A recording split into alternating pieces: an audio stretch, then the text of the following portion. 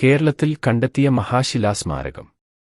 മൃതാവശിഷ്ടങ്ങൾ മറവു ചെയ്ത് കല്ലുകൊണ്ടുള്ള കാലുകൾ നാട്ടി അവയ്ക്കു മീതെ വൃത്താകാരത്തിലുള്ള ഒരു കൂമ്പാരക്കല്ല് പ്രതിഷ്ഠിക്കുന്നതിനെയാണ് കുടക്കൽ എന്ന് വിളിക്കുന്നത്. ഈ കല്ല് നിലത്ത് പതിഞ്ഞിരുന്നാൽ തൊപ്പിക്കൽ എന്നറിയപ്പെടുന്നു.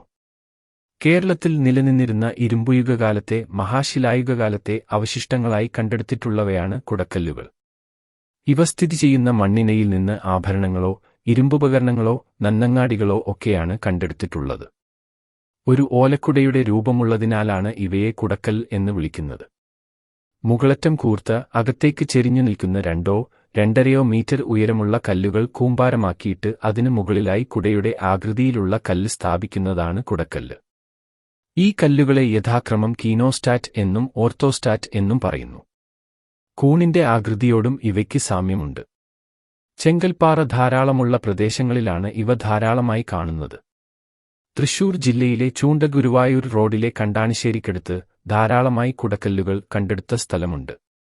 ഇന്ന് ആ സ്ഥലം കുടക്കൽ പറമ്പ് എന്നാണറിയപ്പെടുന്നത്. തൃശൂർ ജില്ലയിലെ ചെറുമനങ്ങാട്, അരിയന്നൂർ എന്നിവിടങ്ങളിൽ കുടക്കല്ലുകളും തൊപ്പിക്കല്ലുകളുമുണ്ട്.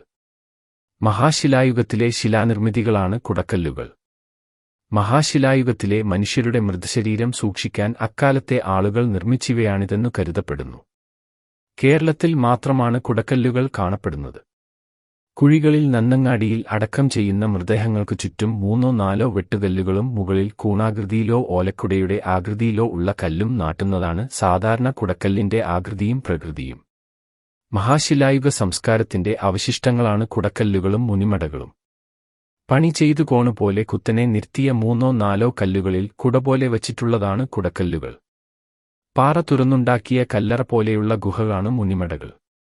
പണി ചെയ്തു കോണുപോലെ കുത്തനെ നിർത്തിയ 3-4 കല്ലുകളിൽ കുടപോലെ വച്ചിട്ടുള്ളതാണ് കുടക്കല്ലുകൾ.